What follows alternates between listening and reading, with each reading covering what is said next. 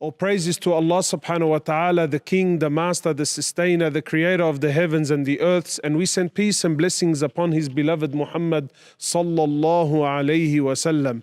I remind myself and I remind you, as Allah Azza wa Jal reminds us in His holy book, O you who believe, be God conscious of Allah, to not die except in the state of Islam, to not die except in the state of submission.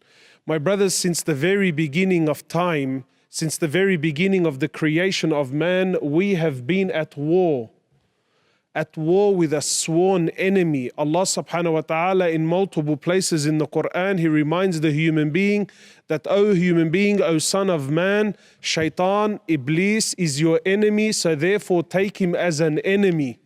So much so severe is this animosity of Shaytan with the human being that from the moment you are created, there's a very nice narration that says that the first thing, ever watched a child come into this world, the first thing he does is he cries.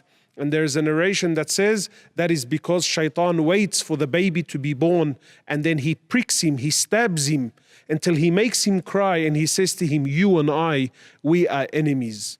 So imagine the moment that I came out of my mother, Shaytan was waiting there to declare his war with me and remind me that I am your enemy. Until the very last moment of your life, guess who will also be there waiting? The same enemy. Abdullah ibn al-Imam Ahmad radiallahu ta'ala anhuma, he says, I was there when my father was dying. Imagine Imam Ahmad bin Hanbal, one of the great imams of this ummah. So Abdullah, his son, he narrates the story and he says, I was there when my father was dying. And he says, and he was laying there on the bed and he was going through this, what they call sakarat al-maut, the last moments of life. He's in and out of consciousness. He says, and as my father gained consciousness, he says, la ba'd, no, not yet, no, not yet. So Abdullah says, he says, I was curious that why is my father saying no, not yet? Doesn't he want to die? Is he afraid of death? He says, and then my father, he lost consciousness. He says, so I waited there and I was anxious and I was worried. He said, until my father, he gained consciousness again. And therefore I asked him, I said to my father, why were you saying no, not yet? Don't you want to die? And then Imam Ahmad, he says to his son Abdullah, he says to him, no, my son, I did not say no, not yet because I didn't want to die. I said no, not yet because Shaytan was standing in front of me and he was biting on his fingernails and he was telling me, oh Ahmad, you have slipped out of my hands. Ahmad, you've slipped out of my hands. So therefore I replied and I said to him, no, not yet. Not until I'm dead and gone is the war over between you and I. So if from the very moment I was born, Shaytan is there. And at the very last moment of my life, Shaytan is there. And he's there and his oath and his promise to Allah is to show that I will be ungrateful. To try and distract me and take me away from Allah Azza wa Jal. And one of the biggest tricks of Shaytan is to belittle any good that you do. This is one of the traps and the tricks of Shaytan, is to belittle any good that you can do. And you find, Allahu Akbar, an amazing chapter in Riyadh al-Salihin about numerous ways of doing good. You see, we live in a time now where unfortunately, let's take boxing for instance as a sport. Everyone likes to think of himself as this heavyweight puncher, this boxer that's going to knock out his opponent with that heavy right hook. And so therefore any other punch other than the right hook, unfortunately, even within ourselves as Muslims, we tend to look down upon. And this is actually from Shaytan. Is that it? Is that all you did? Is that all you gave? Is that all you could do? This is from Shaytan. The Prophet sallallahu alaihi wasallam, he says in the authentic hadith, never belittle any act of good. Don't belittle it. Don't let Shaytan fool you and convince you that is that it. No, the sunnah of the Prophet sallallahu alaihi wasallam is never belittle any act of good. If there's any good that you can do, no matter what it is, do it. Allah Azza wa Jal, He says in the Quran, فَمَنْ يَعْمَلْ مِثْقَالَ ذَرَّةٍ خَيْرًا يَرَى. Imagine Allah Azza wa Jal says, anyone who does an atom's weight of good. What is an atom? How insignificant is an atom to any human being? Something you can't even see with your own eyes.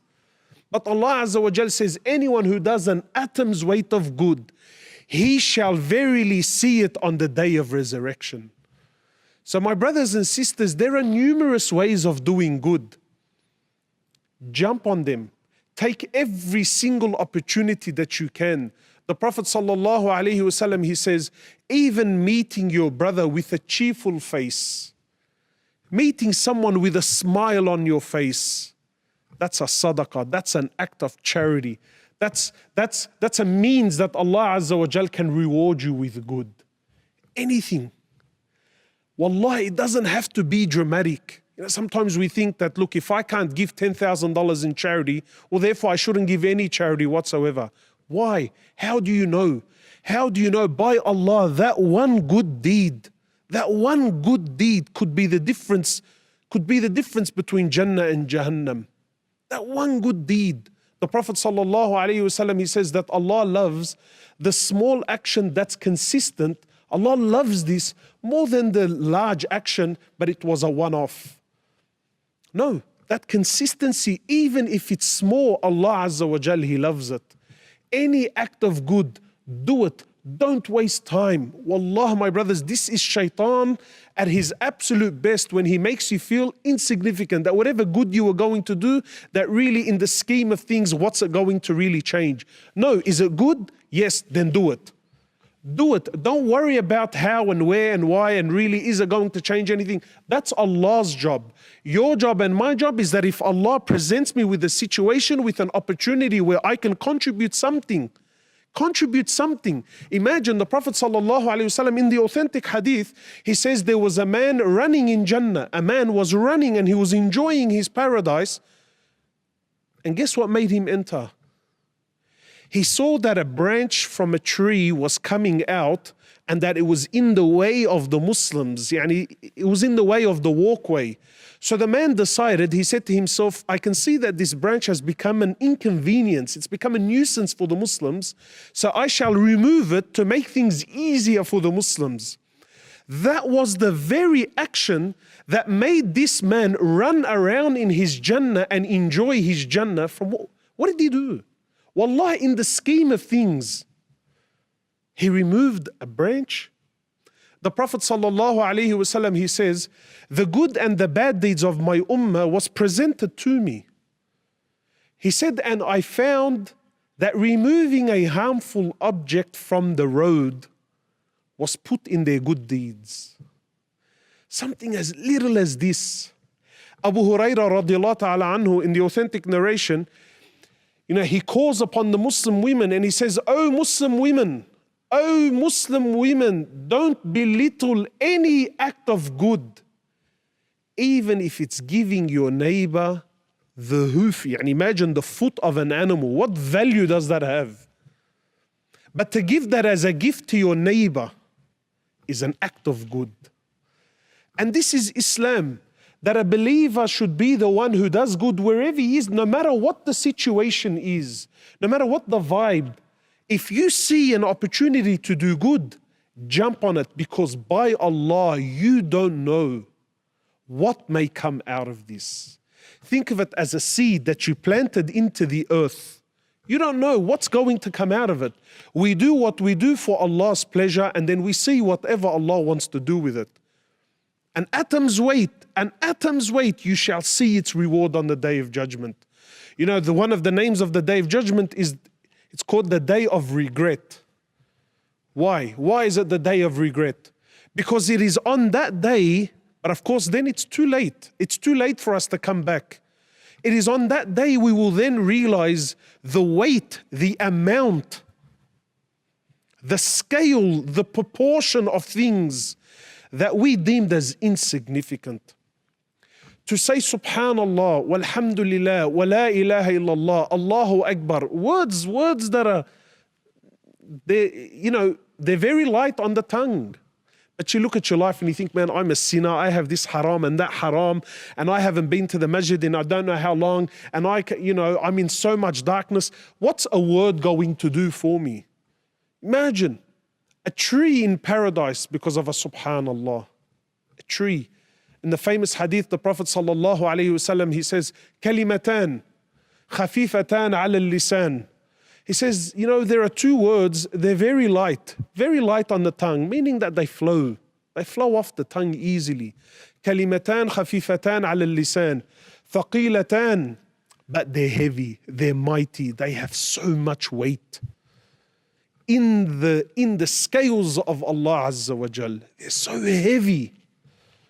Subhanallah wa bihamdihi, subhanallah al-azim. Subhanallah wa bihamdihi, subhanallah al-azim. Ways of doing good. Wallah, don't belittle any opportunity. Imagine, the Prophet sallallahu alaihi wasallam, he narrates to us, sometimes you think, I'm such a sinner, what good can I possibly do? A story was narrated that a woman from Banu Israel who was a prostitute. Imagine, this was the woman's occupation, right? The worst of sins, one of the worst of sins, things that are unimaginable, right? This woman did this for a living. And this was her job. That a prostitute was walking and that she seen a dog that was thirsty. Again, now this is Shaytan. This is how Shaytan works. In the scheme of things, really, what is she going to do? And look, subhanallah, from a Muslim's perspective, it's a dog that is najis. It's not like, wallah, it was a beautiful, colorful parrot that touched her heart. No, it was a stray dog, no owner. But this woman, she was able to get to the well, water well, and drink, and that she's seen the thirst in the eyes of this dog, and that this dog couldn't get to it. So something moved her in her heart.